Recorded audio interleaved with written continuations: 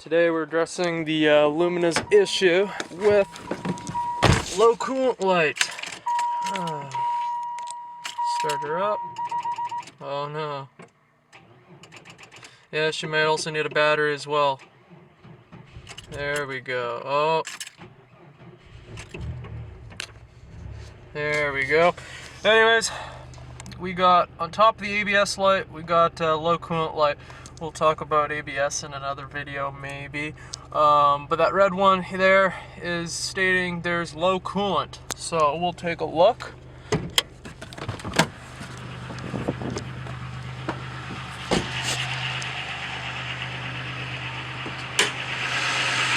Okay, so we got, it's just below the cold line. However, I do know in this car that the sensor is not in the bucket. It is actually down there in the rad. This should be a little square box. First step, however, is to top up any of your coolant levels to verify that is not the problem, because that's usually why the light is on. However, I don't have a feeling that that's the issue with the car. We'll check it though. So I topped off the coolant and it didn't really do much. I tried unplugging the battery to see if it would reset the light. Didn't really do much. I multimetered it. The reading was kind of funny. And so anyways, I have a good feeling that it's probably the sensor. So we're going to go ahead and replace it at this point. Okay, I picked up the new level sensor. And when I pulled apart the trunk of mine, I went into the back and I found one of these laying around, so it's telling me that it's kind of a common issue. With the design flaw too, it has a cylinder here, so when it plugs into the rad on the side, sometimes an air pocket gets trapped in there, and it will read no fluid, of course. Anyways, so taking this out of the car, you're going to want to take the metal clip off, of course. This car is not too bad. You got room.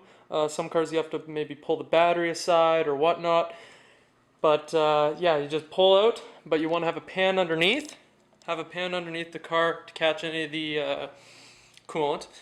And it shouldn't be too much. This car doesn't leak too much. It's usually pretty high up on the rad because it's trying to measure, you know, that it's full. So we're going to go do that now.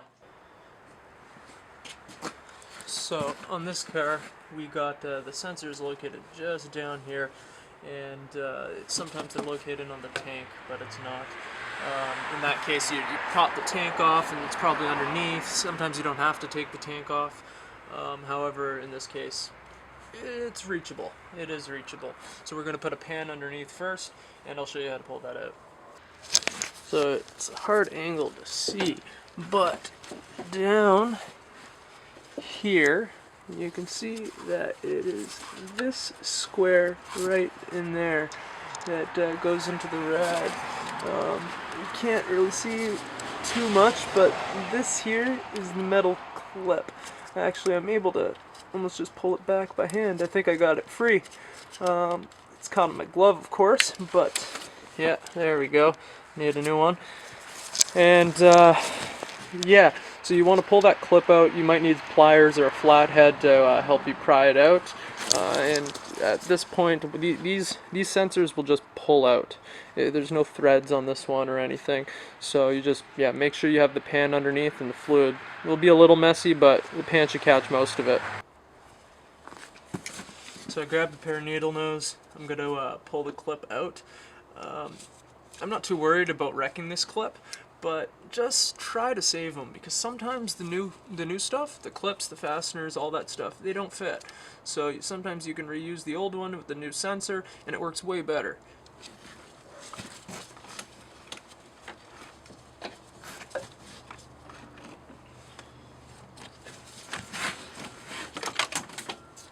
Nice. If things are still a little tight, I have this great tool here. It's like a dentist pick. You can just hook it onto the side of that, pull it off.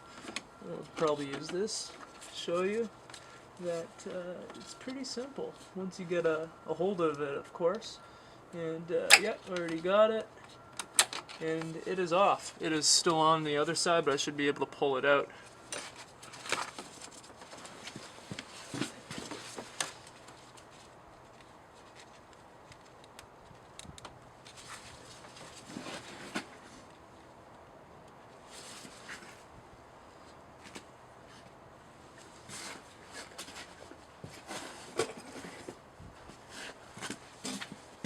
Sometimes it helps with the long flathead.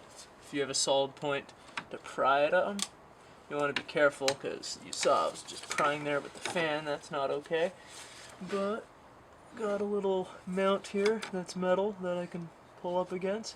Just be careful. You know, use your judgment and just work something out. But this one's sliding out slowly.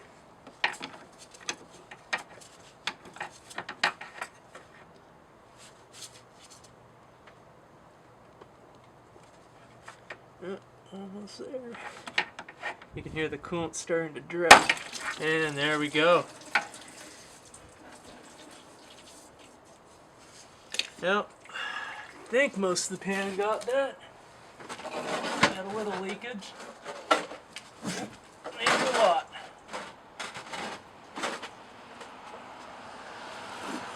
Just don't worry about the fluid dripping. You are going to need to top it up, of course, but for mine here, I left mine plugged in just because I didn't want splatter and all that going onto the plug-in.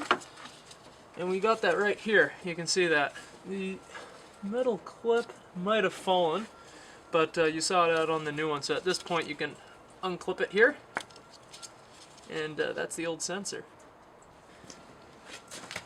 So we got the new clip here and a little tip for putting it back in, because I've done these before and sometimes this little plastic, not plastic but metal clip is real hard to get back on. So if you take this and kind of take the ends and put them right in that little spot there, just so it's elevated a little, you can slide it on and all you have to do is push and it clicks in. But it's a lot easier than trying to work it around. Sometimes they're a pain. That was a good point. If you have any contact cleaner, you can spray the ends. Also, sometimes it's the pigtail that's the issue, so verify that. You probably can't see so well, but that is where it was, right down in there. You feel the hole, you can see the coolant dripping out. You'll just, all you have to do is push this one back in. Just check the O-rings. Check to make sure they're okay, because on the old one, the O-rings are completely flat now. I'm gonna click it back in. You can flip it back in whenever you want, but just try to make sure that connection stays clean. And I'm gonna work it down.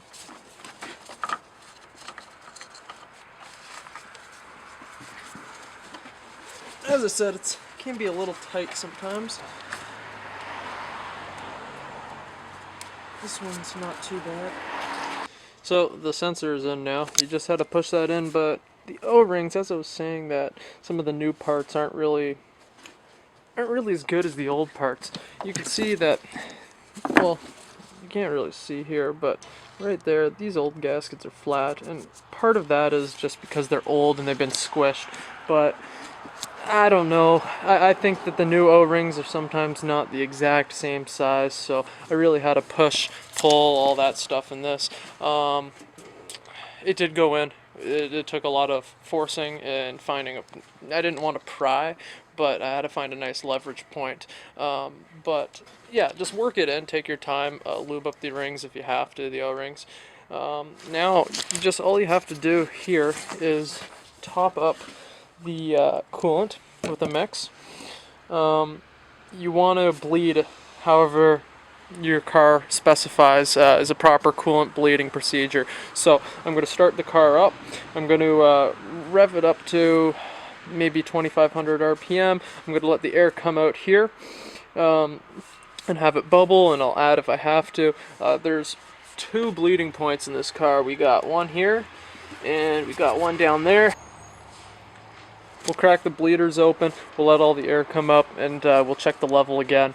And we'll see if the coolant light goes off. If not, might have to pull the battery, just take off the connection, and see if the light resets.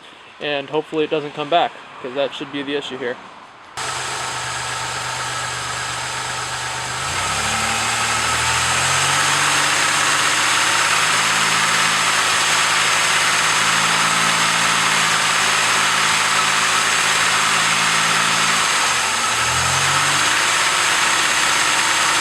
At this point, we can throw the rag cap back on.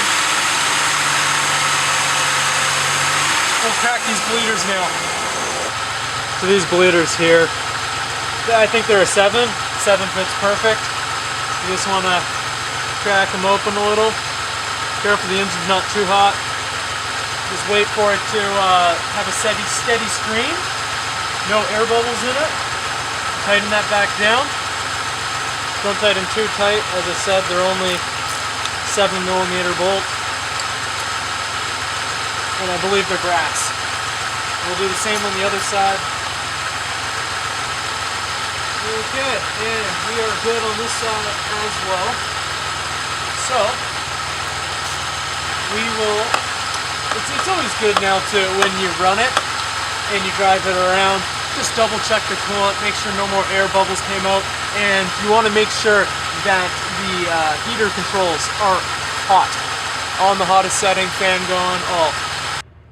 And with that said, we have no more low coolant light. So that was definitely our problem. And did not have to take apart the battery. I didn't have to unhook the battery for this to go away. Just when I started it right back up, the light went away, and that verifies that our problem's fixed.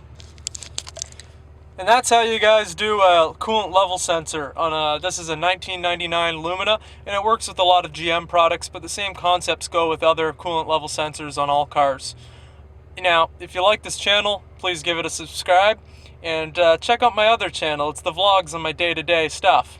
That link will be in the channel description.